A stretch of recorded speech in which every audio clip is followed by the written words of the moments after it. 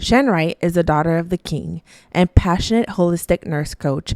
After walking through her own experience with postpartum anxiety, burnout, and perfectionism as a working mom, Shan leveraged her 7-year transformational wellness journey into a life-giving mission to help other moms do the same. Along with one-on-one coaching, Shan is the creator of the Bold Blueprint, her signature group coaching program that empowers working moms to move from burnout to bold stewardship of their one body, mind, family, purpose, and time. Her practical, grace-filled approach blends faith, science, and strategy for real life change. Shan also hosts the top 2% global ranked podcast, Holistic Moms, where she shares honest stories, powerful tools, and holistic habits for intentional, peaceful motherhood. Hey, Mama! If you're looking to have a deeper relationship with Jesus and searching for a community of Christian moms, I'm so glad you are here. I'm a Christian wife and mom who is passionate about helping mamas finally let go of the mom guilt and learn to live loved. I want to help mamas see that they are truly and perfectly loved, even, especially in motherhood. Welcome back to the Live Loved Mom podcast. I'm Cindy, your host. I'm a wife, mom, and lover of Jesus. Let's dig into God's Word together and get encouraged while we're on this journey of motherhood. Let's learn some parenting tips and mom hacks and learn how to raise our kids God's way. So, grab your coffee, listen on your drive to work, or maybe put that forgotten load of laundry back to wash again. Let's tackle mom guilt together and learn to live loved.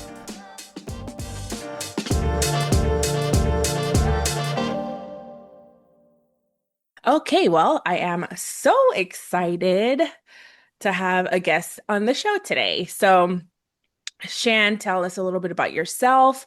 I am originally from Delaware, East Coast, and then became a travel nurse and met my husband in San Francisco, and we were relocated to his home state of Indiana. And we have 4 kids, ages 12, 10, he'll be 8 next week, and then 5. And we are literally in a couple months transitioning into all 4 kids being in school, all school age kids, elementary and junior high. And we're in a new season. I am a holistic nurse coach, and so I don't practice traditional nursing anymore. I used to. And now I'm more in the coaching space, and I'm excited for this new season of the kids being in school, and I get to actually press a little harder into my career. So it's a good time. Oh, that's so awesome. So, you said you've been married. How long have you been married? Yeah, we've been married about 14 years. And you have 4 kids, so it's a full house, boys, Yeah. girls.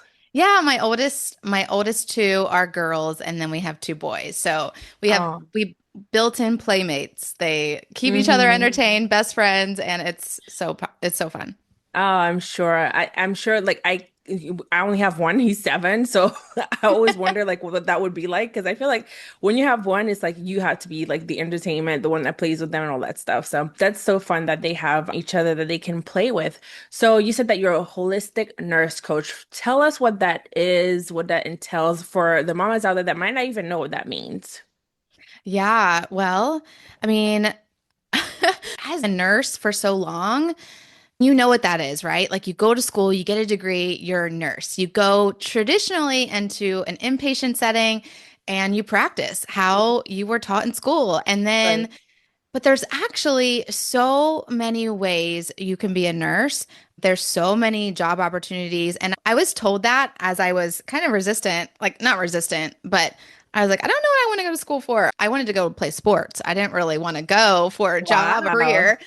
And so I was like, I don't know what to go to school for. I want to be a mom and I want to continue playing sports.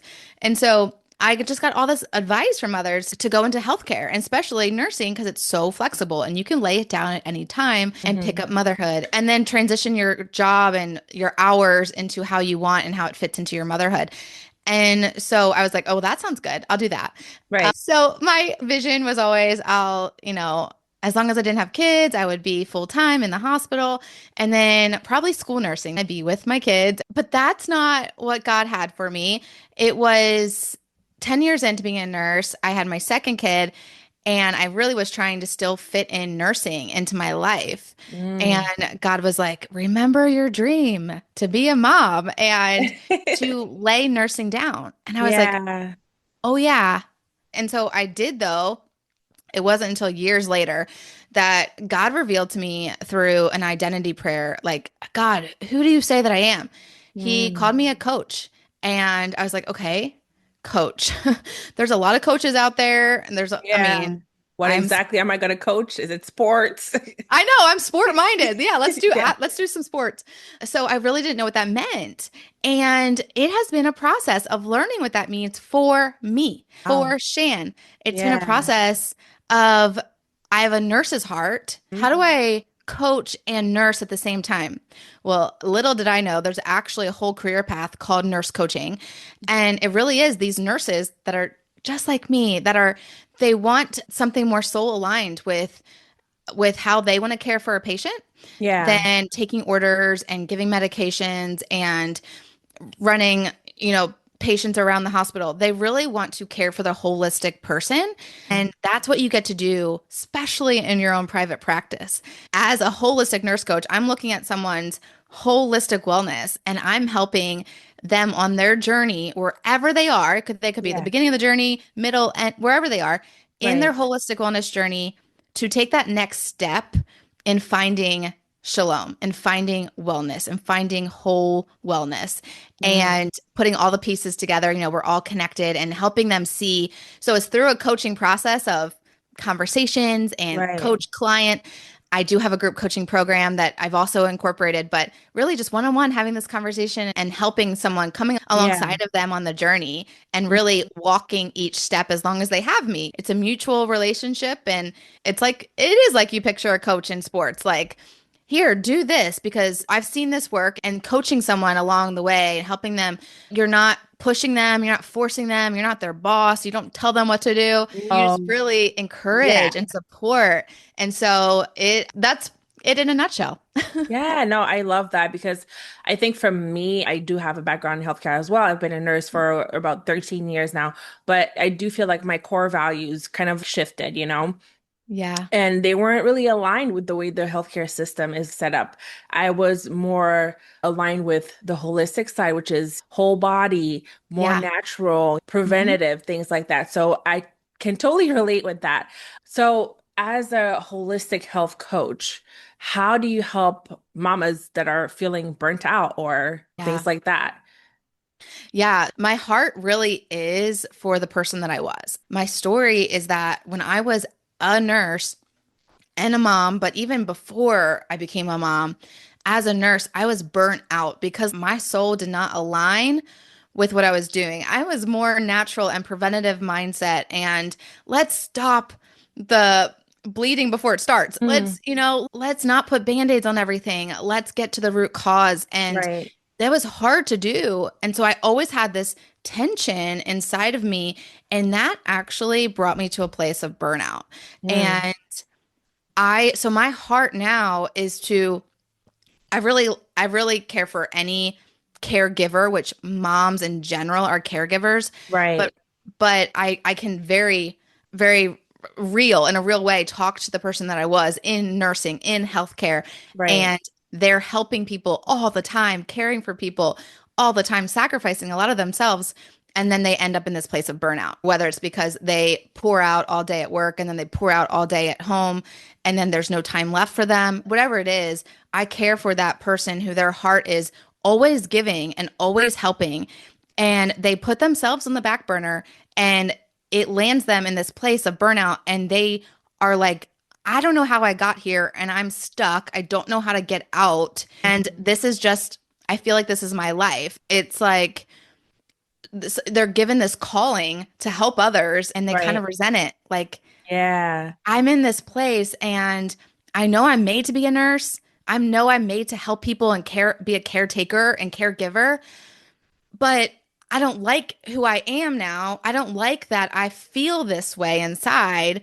And so I Mm, really help them say, no, you don't have to be stuck in that place. If you've yeah. been given this gifting, this calling to care for others, and you have that heartbeat, then God wants you to use it and wants to give you his strength to use it and to care for yourself at the same time. And really, that's the best way to care for others, is if when you're caring for yourself. So I really help them.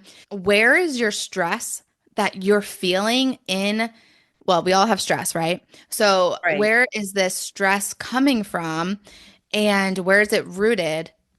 And let's get to the roots of it Mm-hmm. and find out your giftings and your unique identity that God's really planted in you and how you can use that. And when you find your identity, it leads to a your purpose, which is automatically going to fill you with joy and excitement and energy, and you're not going to feel stuck and in survival mode. You're actually going to be thriving because you know you're living on purpose. Yeah, Yeah. you might be tired sometimes, but you're not going to be exhausted. You're not Mm. going to be living with this chronic fatigue because you are living on purpose. Yeah. And so I really help, let's prevent you from getting to burnout, and let's, Mm. along the stress curve, burnout is at the bottom. So like let's prevent you from getting there. And if you are there, then let's take those baby steps back out of that valley to where you're at an optimal stress level and you're managing your stress, you're adapting to good stress and bad stress, and you're thriving because when we get to that point, we're resilient and we can take on a whole lot of things because we've built up this resilience to be courageous. Yeah, I love that you said that. So I want to just go back because you said something. You said the best way to care for others is to care for yourself. I feel like as moms, that's like the last thing in our minds most of the time, right? Is Yeah. taking care of ourselves. So how vital is it to actually do something for us, like take care of, because I think also as Christian moms, sometimes we think that, taking care of ourselves is selfish. Yeah. Yeah. I think it really comes down to this big word that we all long to hear when we get to heaven, which is, well done, good and faithful servant. And when you are a servant of what God's given you, you are walking in stewardship. So, Hmm. stewardship is a way that you are not being selfish with your Yeah. cares and your needs. You're actually stewarding what God has given you. He's given you one body, Hmm. He's given you one mind, one Right. heart, one life. And if we are spending all that we have on someone else, we're actually not stewarding what he's put inside of us. Our being a mom is not our identity, and so therefore it's not our life purpose. Mm. So your identity is what leads you to your purpose and what you're Yeah. doing on earth for the kingdom of God. And so it's a gift. I think motherhood is an amazing, amazing gift. And so Right. treat it as that. And so treat your kids as a gift. They're not yours. They're actually his. And so you Right. you have to steward your children. You have to steward your marriage, Mm. steward your time, your Right. body, and your life. And when you do that and you look at it in that perspective, nothing can look selfish. It's like, God, what do you want me to do today with what you've given me? And Hmm. it's an act of gratitude. And it's saying, I'm grateful for this body, so I'm going to go move 30 minutes today and really Yeah. take care of it. I'm going to put good things inside of it because I'm grateful. And it's really a shift in the mindset. Ooh, so good. So good. What would you say, like, how would you say we can, I guess, pinpoint before we get to that point of burnout? Like, what are some signs? What can we Yeah. do to prevent us from getting to that point of burnout? Yeah. I mean, obviously, if we do get to that point, then we can reach out to you for help. But are there things that we can do before we get there? Yeah. Yeah, obviously, I have tons of things on my podcast, which is Holistic Moms, but there are signs. So, like I said, I love the stress curve, which is the Yerkes Dodson law. And there are two psychologists that put this curve together where at the bottom on the one side is no stress. You're not moving, you're really inactive, your body's not doing anything. In Mm. order to do anything in life, we need some good amount of stress. It's the energy, it's the fuel, it's what gets us to get up and go. Actually, towards the top of the curve, so it looks like a bell curve at the top, right before you get to the tippity top, is optimal stress. It's actually when you're firing in all cylinders and you are crossing the finish line. You've trained Mm. so hard for this marathon and you've worked your body in little increments of stress to where now you're running the 13 miles and you're crossing, I've never done a full, so I'm going to go for it a half, 13 miles, and you're crossing the finish line and you feel like, wow. Or it's just that place where you have the big mom win. You're like, you've been teaching your kid this thing over and over, right? Because kids need training. They don't need you to tell them one time, they need multiple times. So Right. then you tell them over and over, and then they finally get it on their own. And you're like, Mm, yes, yes. it's actually sinking Uh, in. It's that feeling, right? But if we don't rest after that half marathon and we go home and we go, I don't know, clean our house for 5 hours, or we go make a massive meal and stay on our feet for another few hours, and we go run around town, we get to this place of fatigue. It's very soon after that optimal stress level, you're going to hit fatigue. Okay, we wow. know this. We know the mental fatigue. We know the Mhm. draining feeling where it's like, I'm just weary and tired. Right after fatigue is exhaustion. We can have, there's so many different types of exhaustion. There's, again, the mental exhaustion, the emotional exhaustion. I've had moms say to me, clients say, I am more than anything, I think I'm emotionally burnt out. And I'm Mm. like, yeah, because you're at this emotional exhaustion level. You can't take another thing in your, like, the feelings are just too massive and you're not working through them. So they're just piling up, piling up, piling up, right? Then we still have this, it's chronic stress. So we have this more stress is put on. We've already gotten to past optimal and we're just more stress on our body. Maybe we have death in the family or a loss of a job or a sickness, and it Mhm. puts more stress on our body. And then after exhaustion is anxiety. And now, Mhm. how many times do we say, I'm so anxious, or I'm having anxiety, or I have an anxiety attack? It's very real, but it is at a place of chronic stress Mm. leads to anxiety. And then when you have anxiety, it comes out in a lot of different ways. So Yeah. anger is right there with anxiety. And then down the slope, we're on the back end of the bell curve. Down the slope is when you land into burnout, and it comes on fast. You know how you're going down a slope? It's like once you hit the other side of that slope, you're going, right? So Mhm. how do we not get there where there are signs? There are signs that you've hit the fatigue mark. There are signs you've hit the exhaustion. There are signs you've hit anxiety. We just ignore them. But if we paid attention, then we could give ourselves some of that care and tap into our parasympathetic nervous system and give ourselves some nervous system regulation because we're dysregulated. Okay, so Mhm. some of those signs are any kind of conflict. Like literally, before you get to anger, it could be just you feel snappy, Mm. irritated, you feel an Yeah. edge, just like you have as much patience with your kids or your husband. So that is a sign that you're any kind of conflict in your life is a sign that you're acting out of anxiety, which means you're on the other side of the stress curve.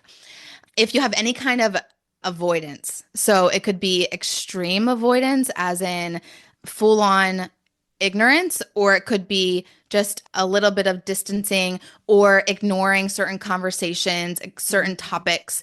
This was a big one for me. I really avoided a lot of things in my life. It could be a little bit of social avoidance to where you're like, well, I just have social anxiety, so I'm not going to go there and do that.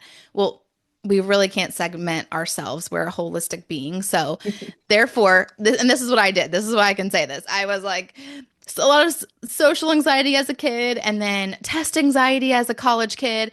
And then as an adult, I just finally realized postpartum anxiety. And then finally, after the third Mhm. time, I was like, I'm dealing with anxiety all over my Yeah. life.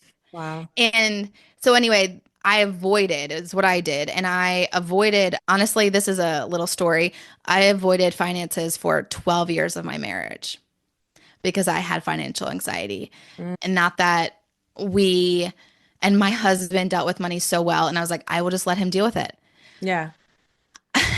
That is actually, I heard the reason I stopped in that 12th year and was like, oh no, I can't do this anymore was I heard that when you put all the burden of finances on one parent, it's actually like letting the one parent do all the parenting.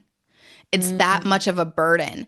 And I didn't realize because I was like, well, this is his giftings. He's really talented in it.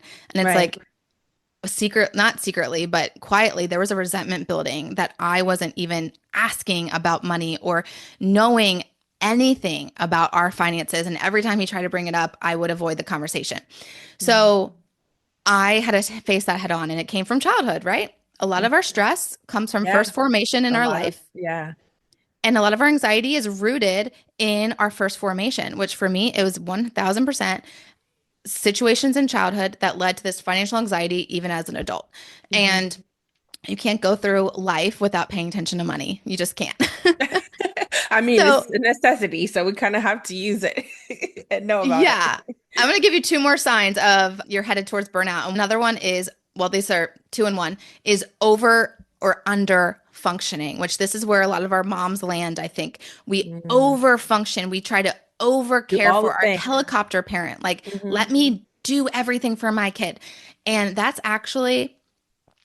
like kind of going against stewardship in a way. It's like, God, let me take control and do everything Right. because I think these are my kids and I need to monitor everything that goes into them and everything Yeah. they watch and everything that they hear and everyone they're around.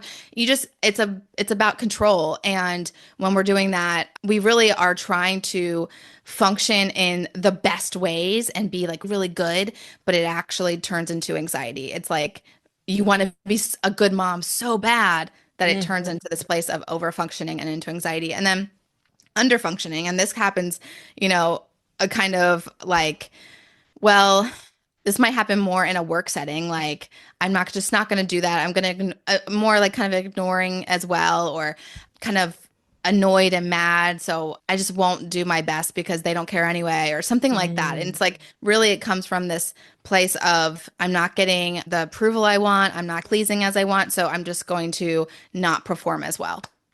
A lot of us are more on the performance side.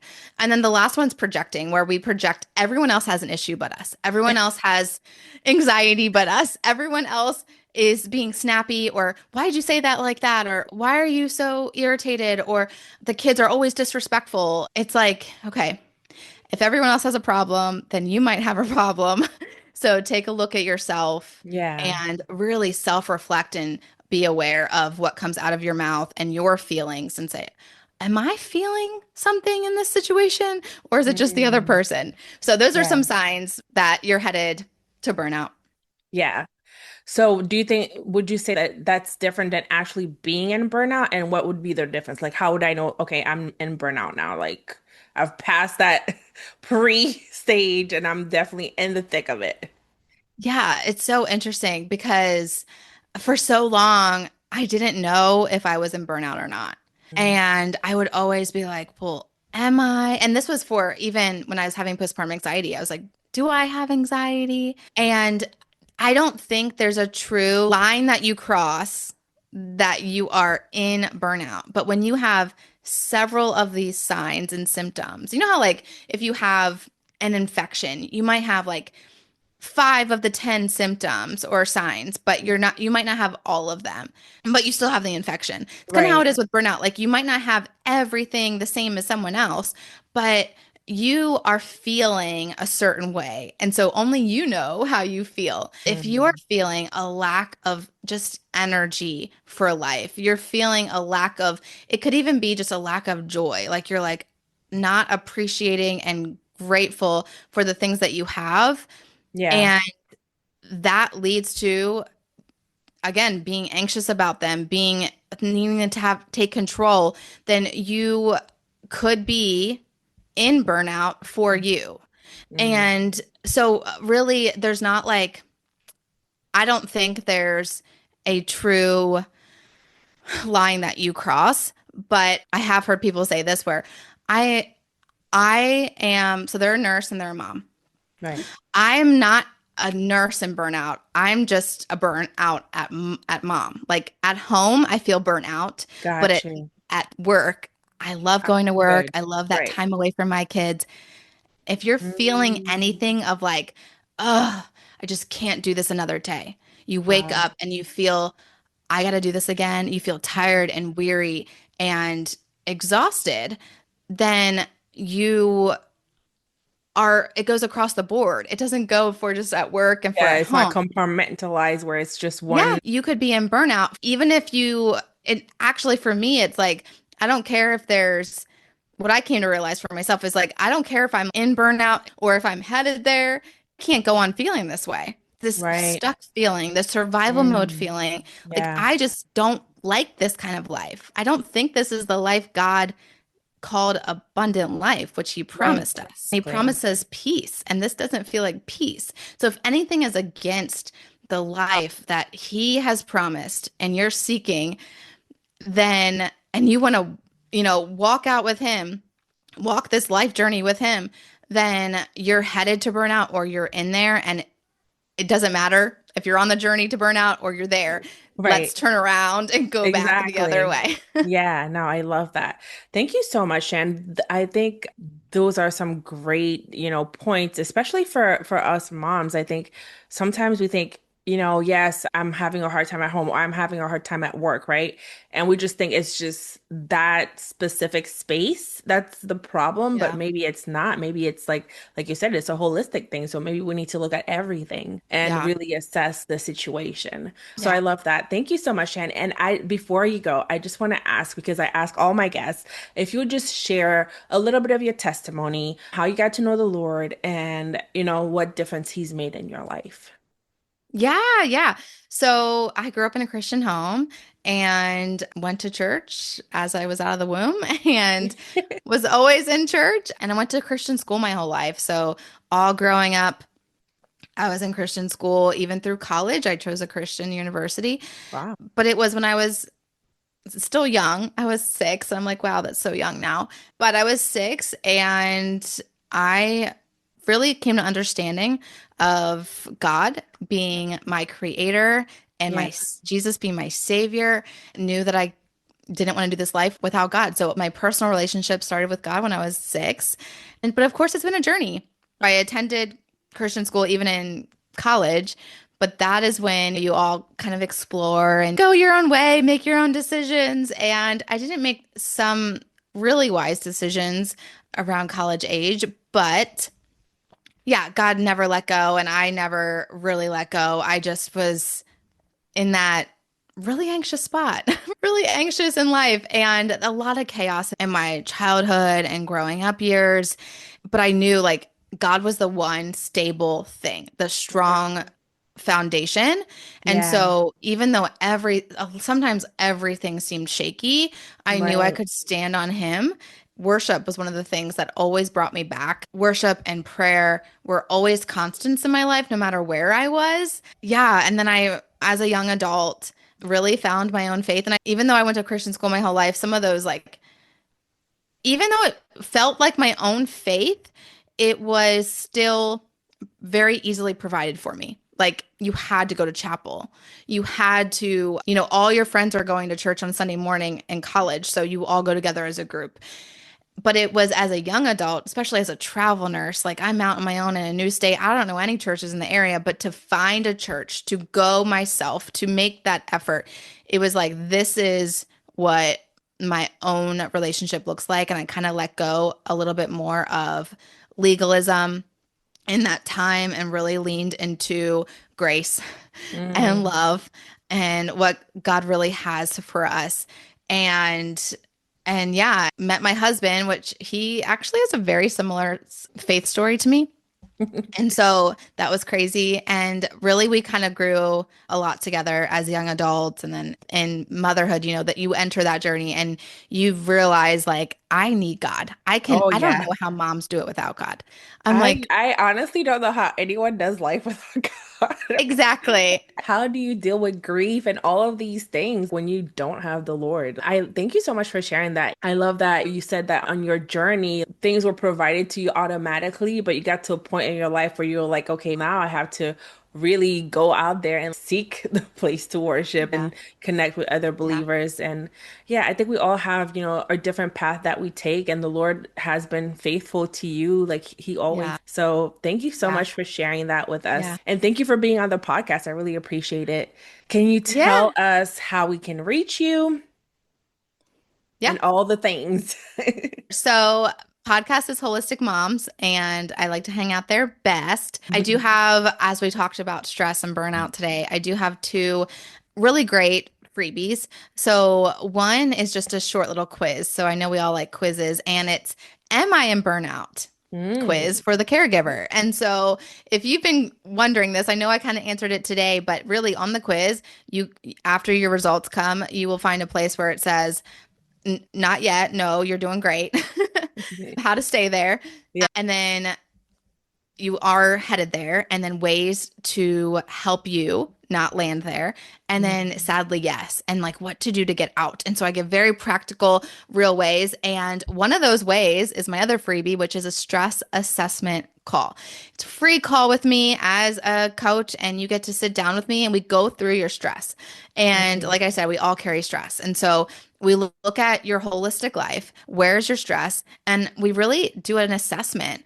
And then I give you next steps, and it's all free. And it's just a way to serve you and to find out where you are and help you manage your stress a little bit better. Oh, I love that. And so, yeah, you can find that. The quiz is at theshannwright.com/quiz. And I'm pretty sure. And then Put the link in the description as well. yeah, and then the stress assessment is bit.ly. It's a bit.ly link, bit.ly/stress assessment call. You just spell it all out. Perfect. Thank you so much, Shan. Yes, thank you so much for having me. It was so fun.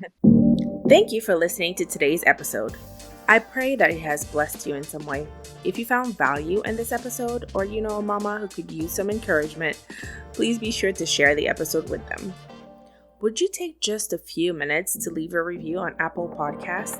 It would mean a great deal to me if you could let me know what you thought of the episode. Be sure to follow us at Live Love Mom Podcast on Instagram. And if you haven't already, come join us in our free Live Love Mom community on Facebook. Let's mom alongside each other and continue to learn to live love.